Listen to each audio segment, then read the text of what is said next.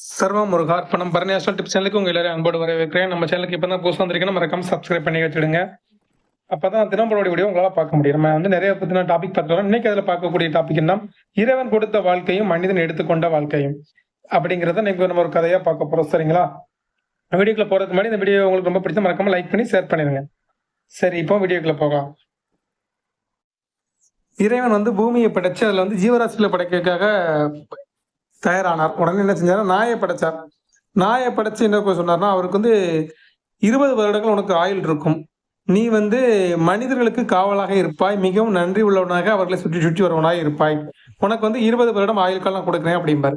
நாய் அதற்கு என்ன சொல்லணும்னா, இறைவா எனக்கு வந்து 20 வருடங்களுங்கிறது அதிகம், சரிங்களா, எனக்கு அதனால ஒரு 10 வருடங்கள் கொடுங்கள், எனக்கு அதே போதும், அதுலயே என்னுடைய கடமைகள் நான் செஞ்சுட்டு முடிச்சிருவேன் அப்படிம்பாரு. சரி போ அப்படின்னு அவருக்கு 10 வருடங்கள் கொடுத்துருவார். அடுத்து குரங்குக்கு கூப்பிடுவார். நீ குரங்கு, நீ வந்து மரத்துக்கு மரக்கிளை தாவிக்கிட்டே இருப்ப, சரிங்களா, மனிதர்களுக்கு விளையாட்டு காட்டி கொண்டே இருப்ப, மனிதர் போன்ற குணங்கள் உன்னுடைய பிரதிபலிக்கும், உனக்கு வந்து 20 ஆண்டுகள் வாழ்க்கை கொடுக்குறேன் அப்படின்னு சொல்லுவார். அதுக்கு குரங்கு சொல்லும், எனக்கு அவ்வளவு ஆண்டுகள் வேண்டாம், அவ்வளவு நாட்கள் வந்து நான் என்ன பண்ண போறேன், எனக்கு 10 ஆண்டுகள் மட்டும் கொடுங்க, அதுல என்னுடைய கடமைகளை நான் நிறைவேற்றிக்கிடுவேன் அப்படின்னு சொல்லுவோம்.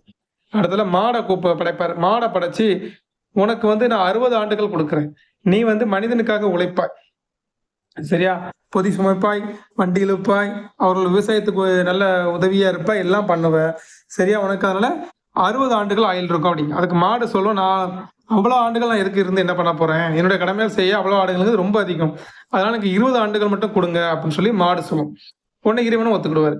அதுக்கு அடுத்து மனுஷனை கடைசியா படைப்பார். படைச்சு, நான் படைத்த எல்லாத்துக்குமே நீ தான் தலைமையா இருப்பா, சரியா, எல்லாமே உன்னுடைய தலைமைக்கு கீழே தான் இருக்கும், இந்த உலகத்தையே நீ அனுபவிக்க பிறந்தவனாக இருப்பாய், அது மட்டும் 6ஆம் அறிவும் கூடிய அறிவும் உனக்கு தான் இருக்கும், அதனால உனக்கு வந்து 20 ஆண்டுகள் உனக்கு நான் கொடுக்குறேன் அப்படின்னு சொல்லுவார்.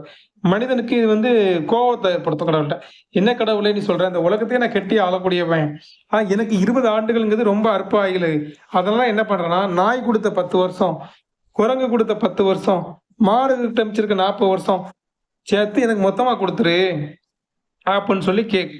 ஆக மொத்தம் எனக்கு 80 வருஷம் ஆயிரும், அந்த வருடங்கள் எனக்கு கொடுத்துரு அப்படின்னு சொல்லி கேட்கும். இறைவனும், நீ நல்லா யோசிச்சு சொல்லிக்கப்பா, உனக்கு கொடுக்கப்பட்ட ஆண்டுகள் 20 தான், நீ மற்ற மிருகங்களோட ஆண்டுகள் உனக்கு வேண்டுமா அப்படின்னு கேட்பார். ஆனா மனுஷனுக்கு வந்து அந்த ஆயுள் மேல இருக்க பேராசையில என்ன சொல்லுவோம்னா, இல்ல எனக்கு கண்டிப்பா அந்த ஆயுள் எனக்கு வந்தே ஆகணும் அப்படின்னு சொல்லி கேட்பேன். பொண்ணு இறைவனும் ஒன்று விருப்பம் அப்படின்னு சொல்லிட்டு 80 வருடம் ஒன்று ஆயுள்னு சொல்லி அனுப்பி வச்சிருவார். அதுக்கப்புறம் என்ன ஆகும்னா, மனிதன் தன் பிறந்து 20 ஆண்டுகள் மட்டும்தான் மனுஷனா வாழ்வான். சரி, அந்த இறைவன் படைத்தபடி அந்த 20 ஆண்டுகள்ங்கிறது மனிதனாக வாழ்கிறான் அவன்.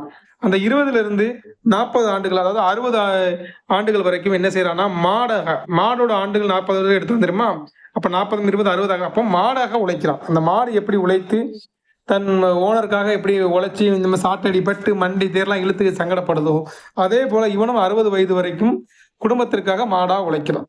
அடுத்து குரங்கு வருடமான 10 வருடம் சேர்க்கும் போது 70 வயதாகிறது. அந்த 70 வயது என்ன செய்கிறான் என்றால், குரங்கு எப்படி மரத்திற்கு மரத்துக்கு தலை கட்டி விளையாட்டு காட்டுமோ, அதுபோல் தன் பேர பிள்ளைகளுக்கு விளையாட்டு காட்டிக் கொண்டு தாய் வீட்டிலேயும் இந்த மகன் வீட்டிலையும் மகள் வீட்டிலையும் அப்படி மாறி மாறி ஒவ்வொரு வீடாக அந்த கிளை எப்படி குரங்கு தாவுகிறதோ அதை போல் ஒவ்வொரு வீடாக மாறி மாறி அந்த 10 வருட காலத்தை கழிக்கிறான். அடுத்ததான 10 வருடம் நாயிடமிருந்து வாங்கிய 10 வருடங்கள் சேர்த்து 80 வருடங்கள் ஆகும். அந்த 10 வருடங்கள் நாய் எப்படி தன் வீட்டை காவல் காத்து நிற்குமோ, அதே போல இவனும் வீட்டில் உட்கார்ந்து கொண்டு தன் குடும்பத்தில் சொத்து பறிவிடக்கூடாது, இவர்கள் பிள்ளைகள் வந்து அழிச்சிடக்கூடாது அப்படின்னு சொல்லி ஒவ்வொரு பொருளை கிளடகளை எடுத்து பிறக்கி பிறக்கி போட்டு அந்த வீடை நாயாக நின்று காவல் காக்கிறான். புரியுங்களா? இதுல இருந்து நம்ம இறைவன் கொடுத்த ஆயுளும் மனிதன் வந்து பாட்பாட்டா எப்படி இதனுடைய மாடு குரங்கு நாயோட குணமைப்புகள் ஒத்து போகுது அப்படிங்கறத நம்ம இப்ப பார்ப்போம். இந்த வீடியோ உங்களுக்கு ஏதாவது சந்தேகம் இருந்துச்சுன்னா கமெண்ட் பாக்ஸ்ல சொல்லுங்க, ரீப்ளை பண்றேன். இன்னொரு வீடியோல பார்க்கலாம். அதுக்கு முன்னாடி நம்ம சேனலை சப்ஸ்கிரைப் பண்ணி லைக் பண்ணி ஷேர் பண்ணுங்க. சர்வம் முருகார்ப்பணம்.